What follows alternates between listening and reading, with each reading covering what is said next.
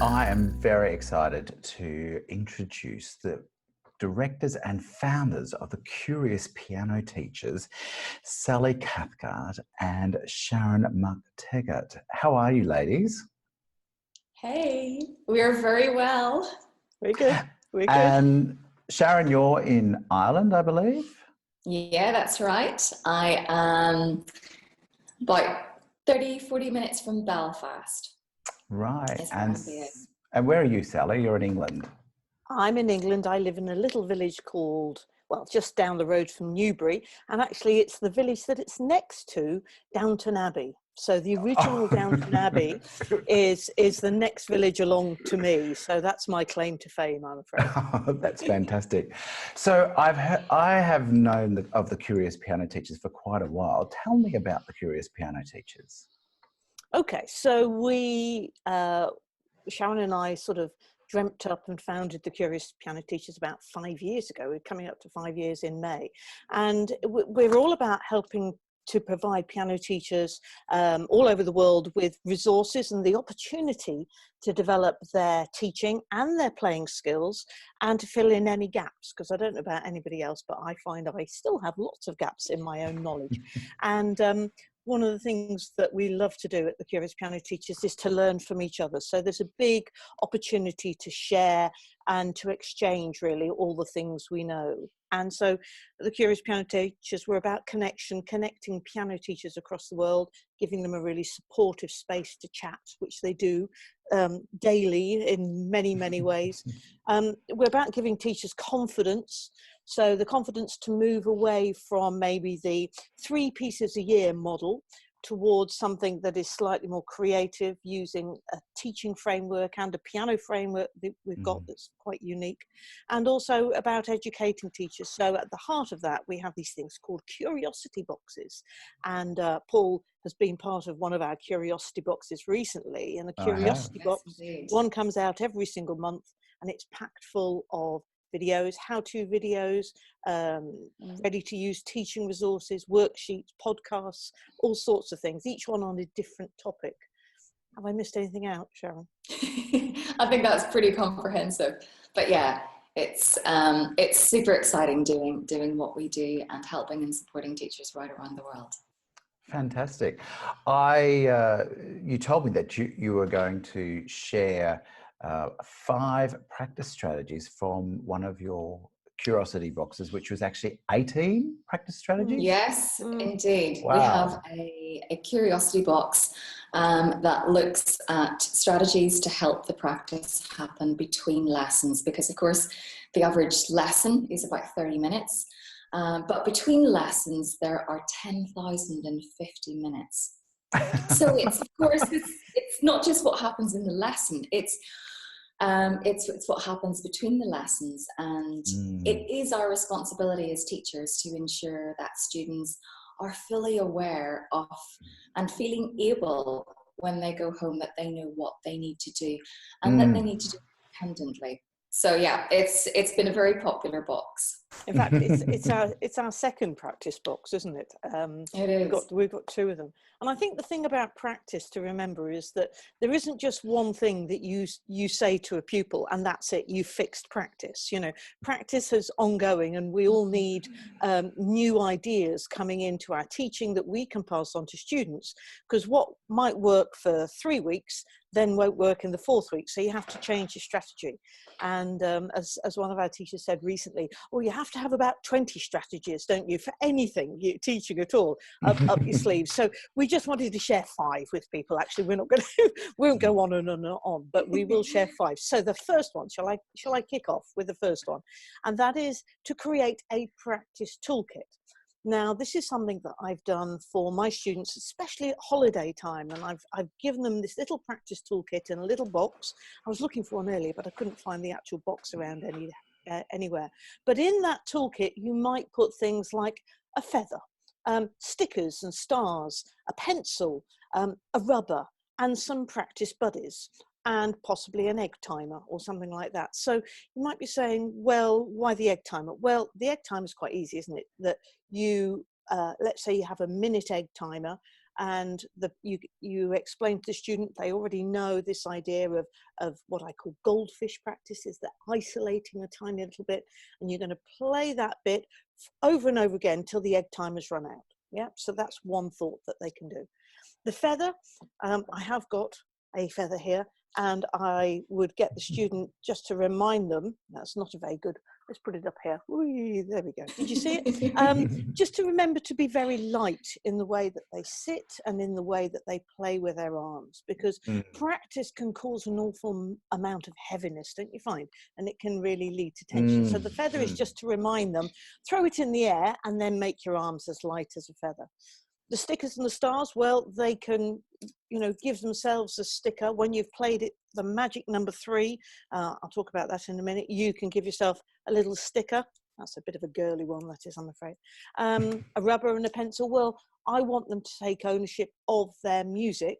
It's not for me to write on it, it's up to them to write on it. And this understanding that as a musician, you use a pencil and you have a rubber on the end, and that's an important sign of being a musician, using a pencil and taking ownership of that music. And the last idea is practice buddies. And the practice buddies are little toys or little rubbers or something that they've got at home that will help them with their practice. So I just mentioned goldfish practice, and I know we're going to refer to this again later on, but it's this idea of isolating bit and then playing it, what I call the magic number 3. So they have to play it in the same way 3 times. And I was doing this last night with a new student that I got. He's a transfer student, and this was his 3rd lesson. And it's that funny time where you're only just really getting to know them and still trying to sort them out. And last night, when I introduced the magic number 3 and the practice buddies in the form of my ducks, he just came to life for the first time in the lesson. So I have a whole range of plastic ducks, and they get to choose which one. This is Beethoven duck, who of course then matches my Beethoven picture there. We had Mozart duck, he chose as well, and he loved the fact that they were squeaky. And this is Super Sally duck. Can you see a resemblance? One of my pupils bought this for me, saying, "Oh, this is just like you, Sally." Okay, and Mozart's making a bid for escape. There we go. So the idea with the practice buddies is that they choose them. We use my ducks in the lesson. They have to play a passage 3 times with the right rhythm, the right notes, the right fingering. It's got to be consistent. When they manage to do it, there's Beethoven off for a go now. If they get it right, then Beethoven duck will make his way from one side of the piano to the other, and then they play it again. But if they make a mistake, the duck can't do the movement. And it's really, really very engaging for them, and they will practice 3 times without even turning a hair. And they are really, really good at knowing when they are not allowed to move the duck. They'll look at you and go, what do you think? Did it have the right rhythm? No. So we do all that in the lesson so that they can then go home and do it at home. And we know that they do this sort of thing at home. Anyhow, enough of my enthusiasm on that one. Well, it's always really great to have use the skills in a lesson so that they take it to home. So they shouldn't be doing anything at home that is new. They should be just practicing what they've already done. Yeah. Right. Yeah, for sure. So I'm going to move on and talk about the second practice strategy, which is talking aloud. And it's the importance of, in lessons where students are, that we're not just the ones who are counting aloud for them or saying aloud the finger numbers, but actually getting our students to do the same thing as well. And actually, I get my students to do it even with scales. I've got lots of different strategies that they can use for scales. And one of them is actually, even before they go to the piano, actually getting them to say aloud the letter names in a very rhythmical way. So for example, it's a D major scale. So without looking at the keys, they can close their eyes or they can look away, but that they're actually able to say D, E, F sharp, G, A, B, C sharp, D, and then come back down again. And because sometimes I find that to act, they need to kind of kinesthetically, they need to feel what's happening. So getting them to do that, getting them to count aloud. For years in lessons, I did all the hard work. I did all the counting for them. And then you wonder why they come back the following week and they've got the rhythm wrong for the 3rd week in a row. But it's the importance of actually getting them in the lesson to take responsibility and just to figure out, do they know what to say? Do they know what to count here? So getting them to talk aloud, finger numbers is another thing they can say aloud. And actually getting our students, giving them the opportunity to be that little bit more verbal in lessons. It's really interesting when we watch ourselves back, video record a lesson. And I really would encourage teachers to do this. It's super scary, I know. And we know that when we have, we run diploma courses for teachers, and this is a big part of what we ask them to do. And they are terrified of it, and it is a scary thing. Sally and I guess we have got used to that. Well, we do remember the kind of the fear. It's not even just the fear of having a camera there; it's actually watching it back. That's the really heightened, scary experience, where you kind of all is laid bare and you get to see it. But the one thing that I remember when I was starting to watch my own lessons was just the amount that I talked, and the fact that students barely said anything. So it's actually getting them to contribute a lot more. So yeah, so that's practice strategy number 2, getting our students to actually talk a lot. I really like the talking, because that can sometimes then turn into singing as well, which is really important, obviously, for oral development. And Absolutely. the other thing is that by actually verbalizing, the student verbalizing, they're actually making more connections in their brain. So it's helping them. Absolutely are. Yeah. They absolutely are. It's so much more conscious. Yeah. Fantastic. Thank you. Yeah, because it's helping them with that cognitive stage, those 3 stages of learning. So often that, we go from cognitive to associative to autonomous, and so often the cognitive, which absolutely involves speaking aloud, it gets missed out. Absolutely gets missed out. So it's crucial. And again, my young student that I had last night, the new one, I got him to count aloud. And he was giggling away because he couldn't do it for the life of me. I mean, he's got quite good reading skills, but he's clearly never counted aloud in his life before. So that was all a lot of fun. Let's move on to the 3rd one, which is about finding, we've called it time to play. Because sometimes with students, if they are struggling to find the time to play when they're at home, you have to negotiate with them and sit down and spend some time discussing their week, getting them to tell you about when's going to be good to do some practice this week, how many minutes you're going to do, and when precisely are you going to do that. Depending on the age of the child can depend on whether you have the parents involved or not. Obviously, the younger children definitely going to need the parents there because they're an important part of this practice triangle. Teenagers, probably a little bit more able to just talk to them directly and then kind of bring in the parent towards the end. But, just saying to a student, now you're going to get them practice that this week. You know what the student will do? They'll go, yes. Of course. and then, they'll go away and it will all go back to as it was before. So actually saying, okay, so let's see, how many practices are you going to get in this week? First of all, negotiate that. So what about Monday? And then they'll go through in their head and they'll go, well, I've got tennis after school, and then I've got swimming. So, okay, not Monday. Okay, what about Tuesday? I've got choir, and after choir? Yes, I could practice after choir. And what about Wednesday? And of course, you then sort of say, well, what time are you going to do it? And you actually pin it down and you write these times down. It really helps to focus time. I mean, it's just like goal setting for any of us. I don't know about you, but if I write down the time I'm going to do something, there's a very good chance I will do it. Whereas if I just leave it floating around, then I probably won't do it. So helping the student to pin down the actual times that they're going to be playing. And again, it's about getting them involved in the lesson. This is their learning. This is their piano playing. And we want them to take ownership of that, and getting them to think about the times they can do their practice is another part of that whole equation. Fantastic. We actually use a little handout with a timetable, a weekly timetable on it in my school in Sydney. And the kids, I actually make my students who are teenagers write in what they do, and when they get up in the morning, when they go to bed, when they're going to do their homework, because when they're doing grade 5 or grade 6, they've actually got to put a bit of work in. They have. Yeah, that's so true. Absolutely. And I have 4 students doing grade 6 piano next week. None of them really liked the bark that I chose, and well, I did.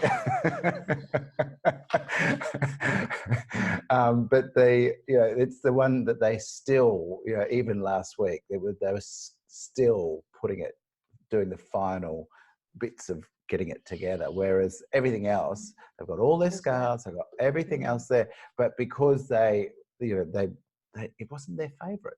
So it just takes longer, I think, for a teenager, doesn't it, to find the inner beauty of Bach. But exactly. They'll probably come back to it and appreciate it, but maybe not by next week. So the next one is number 4. Yes, I'm going to look at number 4, and it's the tricky bits. Now, I've got 2 tips on this. The first one is triumph over tricky. Tip 1, and that is all about getting the student to create short videos and send them across to their teacher. Now, what I love about this is when you get them, and I'm just going to use an example of a student who was using the ABRSM sight reading app to develop sight reading.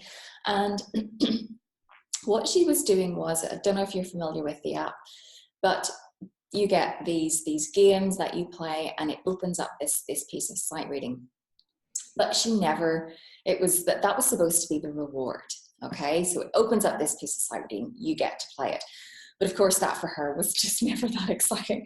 So we came up together and did this collaboratively, where she was going to basically fill out a chart. She was going to self-evaluate. As part of that, she was going to create a video, and that's what then she was going to send me. So we're into the realms of self-evaluation, which I feel is, again, based on those 10,000 and 15 minutes between lessons. It's absolutely vital that students are not in the lesson looking to us to go, is that okay? We need to be training them so that they understand when something has been, that the rhythm is secure, but maybe something else was shaky, and that they, when they practice at home, that they understand what's happening. So we did this, we came up together, we created a self-evaluation sheet, and the idea was that then she was to video herself and watch the video back and then assess. But what I was finding was she was never just recording like a first video, because she knew she had to submit the video to me as well, so that I was kind of double checking her self-evaluations. And she was just playing it so many times. And I know sometimes you might think, okay, well, it's sight reading, do you get to do that? But hey, she was working at it, and that was actually what was really important. So getting our students to video, because they will never just send us the first video. They'll watch it back and go, oh no, that wasn't good enough. And they'll go off and they'll do it again. And before you know, they've actually been sitting quite a long time, and they've been going, oh, I messed up that. So then they'll figure out something, they'll play it again. Maybe they've messed it up again, but they keep going. So getting them to do videos, and of course the technology, it exists. They are used with the technology these days. So that was something that, just as really helping them get around the tricky bits, it's getting them to video it. They will keep doing it. They will persist, and they will improve. The second one is isolate the tricky bits first. And this is getting away from bar 1 practice, where everything begins at bar 1, and you'll find that the first 8 bars go nice and fluently, then move into the B section, suddenly everything falls apart. I mean, it's even similar. I was talking about scales earlier. They start at the beginning, and they get really good at going up. But then it's coming back down as the issue. You know, why not get them to actually practice descending? Yes. Yeah. Okay. So getting them to actually focus on the bit that causes the problem, and not just keep playing over the bit that they've already nailed anyway. So so the tricky bits, getting them to create short videos to help with the tricky bits in practice, and then to actually isolate the tricky bits. So maybe it's getting them just for a week, just to play just descending scales and getting them figuring out what's going on there. Excellent. Can I nip in there with a couple of things, so that with the tricky bits and the video, I think I also work it the other way around. So if I don't have time in a 30-minute lesson to cover everything that I need to, I will actually video the tricky bit, and I will then email that to the student via something called NoteMaker, and they will be able to watch that then over and over and over again. And actually, I find as a teacher, it's great because it makes me really, really dig down into what I need to suggest for them to solve the problem. Whereas in lessons, we can waffle on, can't we? As we try and find our way to a solution, and we go round and round and round, and we get the student to try it, and that doesn't work, so we try something else. I find if I record it myself, then I really have to think it through first about what the problem is, and therefore here are 3 possible strategies for you to try. And again, it's great because the student then has to work it out at home, how to do that. And what's so lovely as well is the fact that when we write in notebooks for students, I know I get my students to write their own notes, but we're trying to describe something that's musical. We're trying to put into words something. It's actually far more powerful for them actually to have, rather than just notes in a dry old notebook, to have a proper musical example via video.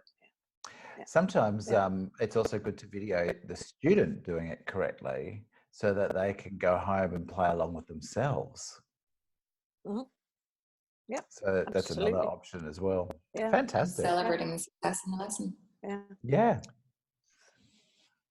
There's all sorts of things we can do. I mean, it's just a question of realizing there's no one way of doing things, but you know, just start with some different ideas and then be creative. See where it takes you to as a teacher, I think.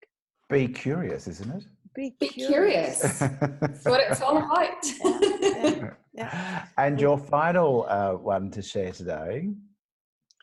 Okay, so this is about actually sort of scheduling into a lesson 5 minutes at the end to review and to help the students set the practice goals themselves for the week ahead. You know, it's very easy, isn't it? Again, with a really short lesson. I know Sharon gives slightly longer than I do, but I'm definitely, on the whole, I give 30-minute lessons. And trying to get everything into a 30-minute lesson is impossible. You know, I've just decided it's impossible. So it might seem like, okay, well, you know, sparing 5 minutes of that for review is I haven't got that much time.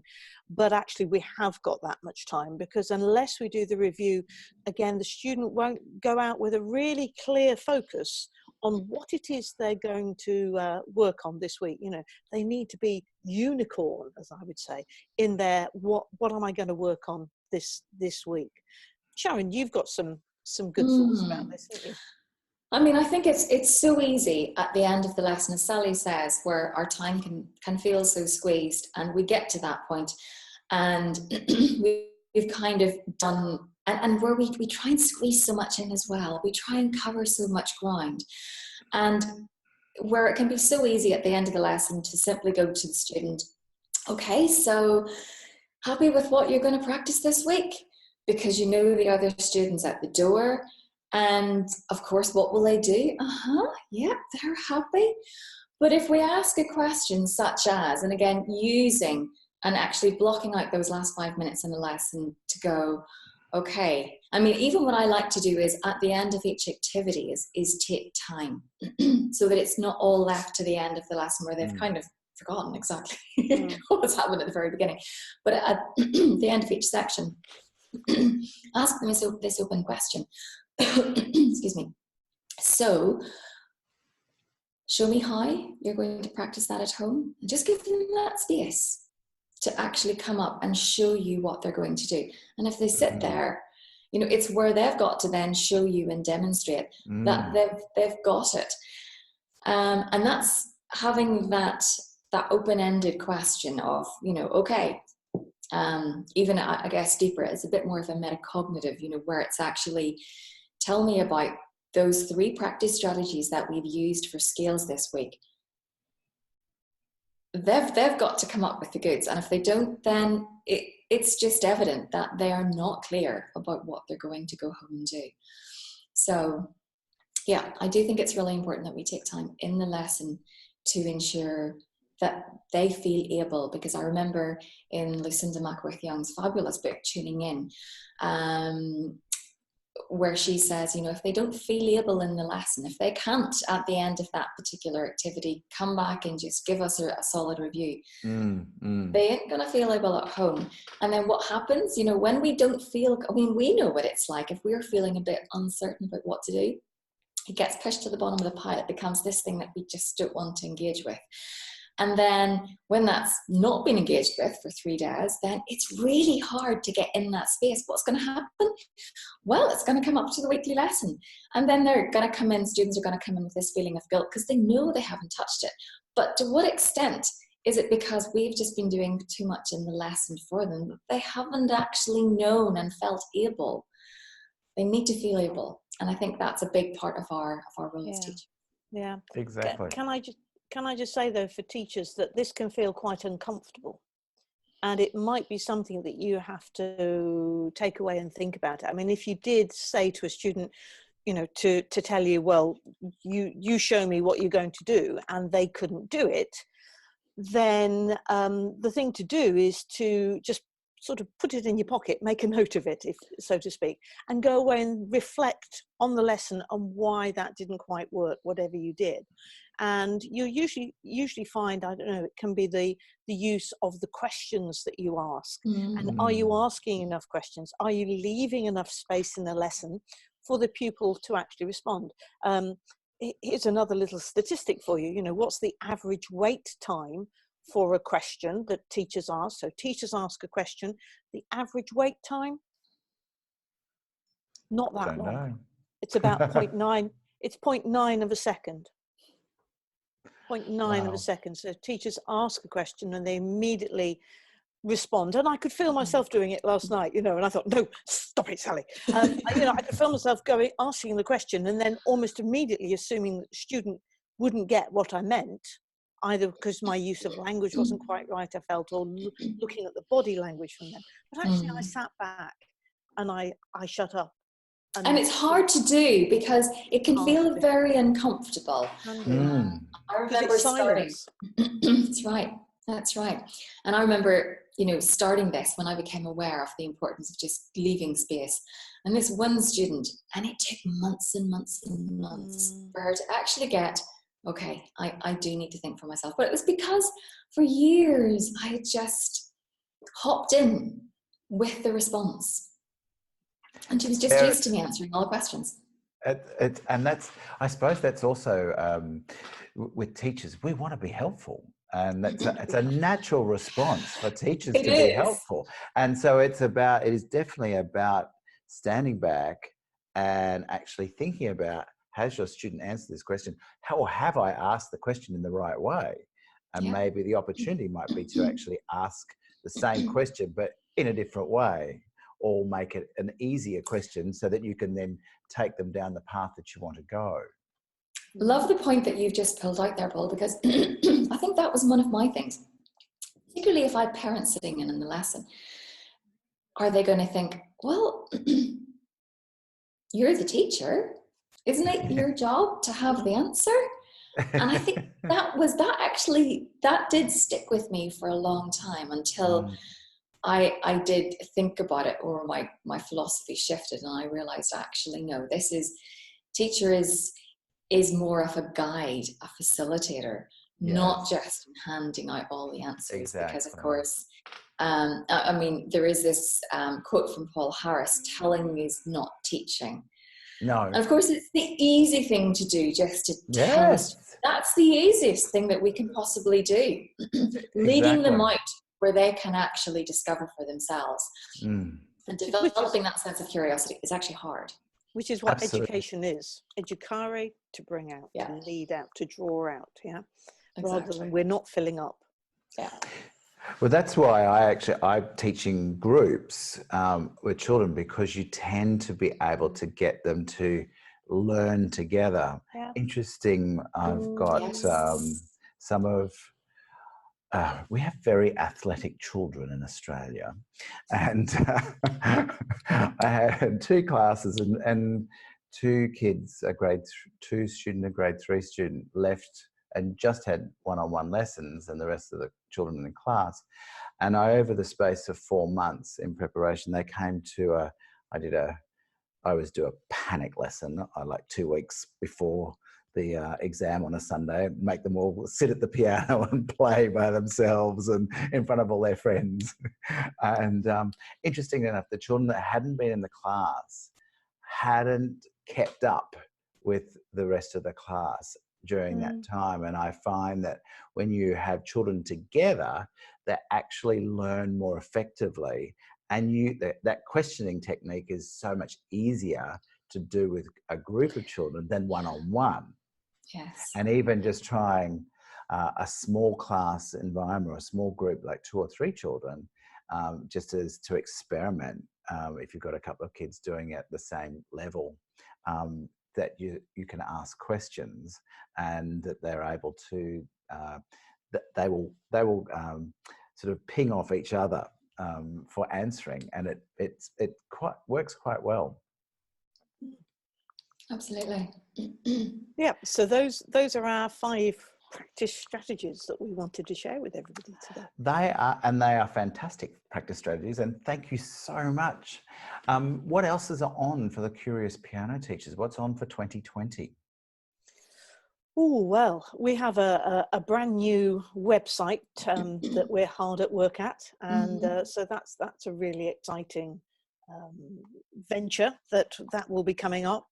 And the moment we are piloting with members of the community a 90-day teaching challenge, which is really, really good. So we've just launched this thing called the Teaching Framework, which is sort of like helping teachers to see where their strengths and their weaknesses. In fact, one member described it really well, but I can't remember what she said. Can you share? It was a sat nav. It's the sat nav for piano teachers, yeah.